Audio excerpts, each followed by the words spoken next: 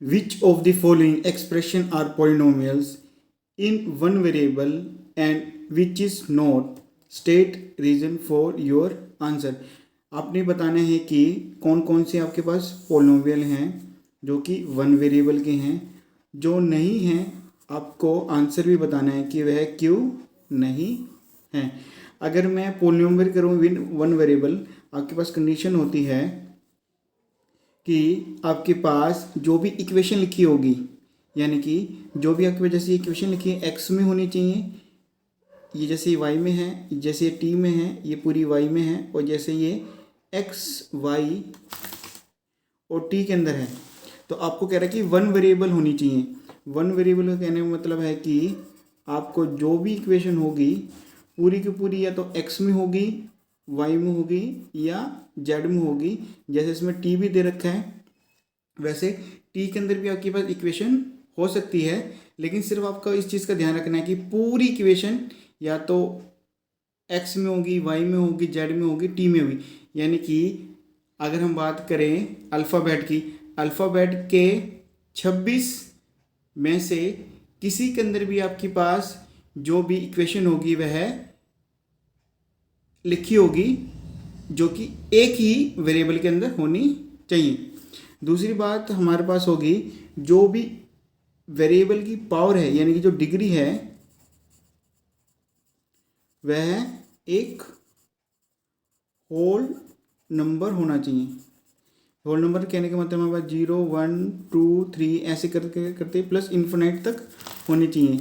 जैसे कि x की पावर मेरे पास है 1/2, या आपके पास होल नंबर है नहीं है, तो ये मेरे पास एक पोलिनोमियल होगा नहीं होगा। जैसे कि मैं x की पावर ले लेता हूँ, जैसे मैं ले लेता हूँ √x, जो कि मुझे देगा x की पावर 1/2। अगर मैं कह दूँ कि अगर यही वाली वैल्यू मेरे पास है 1/√x है, तो इसको मैं लिख सकता हूँ 1/x की पावर मेरे पास हो जाएगी 1/2। अगर इसको सोल्व करके लिखूँ तो मेरे पास हो जाएगी x की पावर -1/2। तो ओके, जो डिग्री होगी वह एक होल नंबर होनी चाहिए, ना कि वह 1/2 -1/2 में नहीं होनी चाहिए।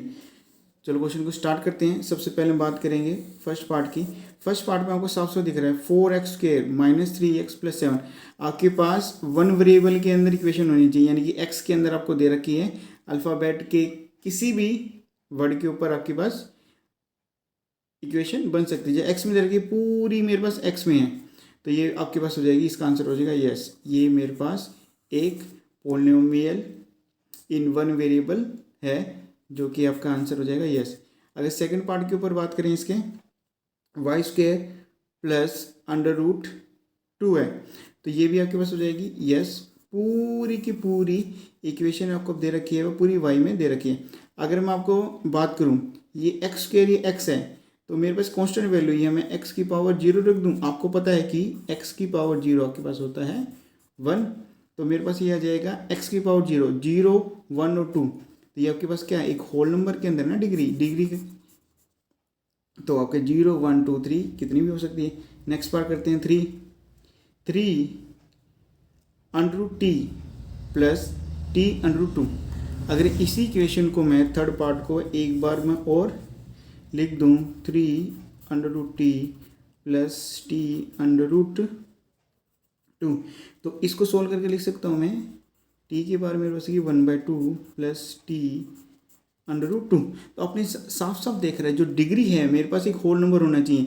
होल नंबर नहीं आके वह कैसे आ रहा है, मेरे पास 1/2 के अंदर आ रहा है, तो आपके पास ये आपके पास नहीं होगा एक पोलिनोमियल। यहाँ पर आपको आंसर भी लिखना है, बिकॉज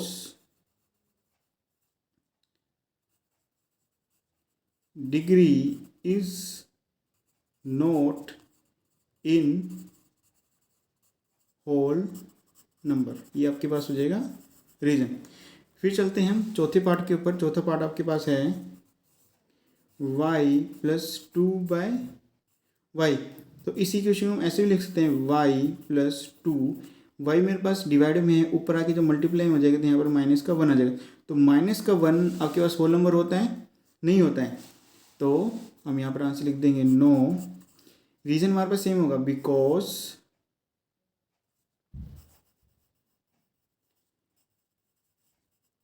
डिग्री इज नॉट इन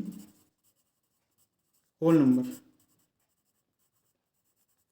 फिर चलते हैं फिफ्थ पार्ट के ऊपर। फिफ्थ पार्ट में हम देखा कि जो इक्वेशन दे रखी है एक्स वेरिएबल के अंदर है, वाई वेरिएबल के अंदर है, टी वेरिएबल के अंदर है, लेकिन आपके पास जो भी इक्वेशन होगी वह वन वेरिएबल की होनी चाहिए। क्वेश्चन भी हमें आपको मेंशन किया हुआ है कि जो भी इक्वेशन होगी मेरे पास वन वेरिएबल के अंदर होनी चाहिए। तो भी इसका भी आंसर हो जाएगा नो। एक्स की पावर 10 प्लस वाई की पावर 3 प्लस टी की पावर है 50, इसका आंसर हो जाएगा नो। आप यहाँ पे लिख सकते हैं इक्वेशन इज इन 3 वेरिएबल। ये आपके सभी के आंसर थे।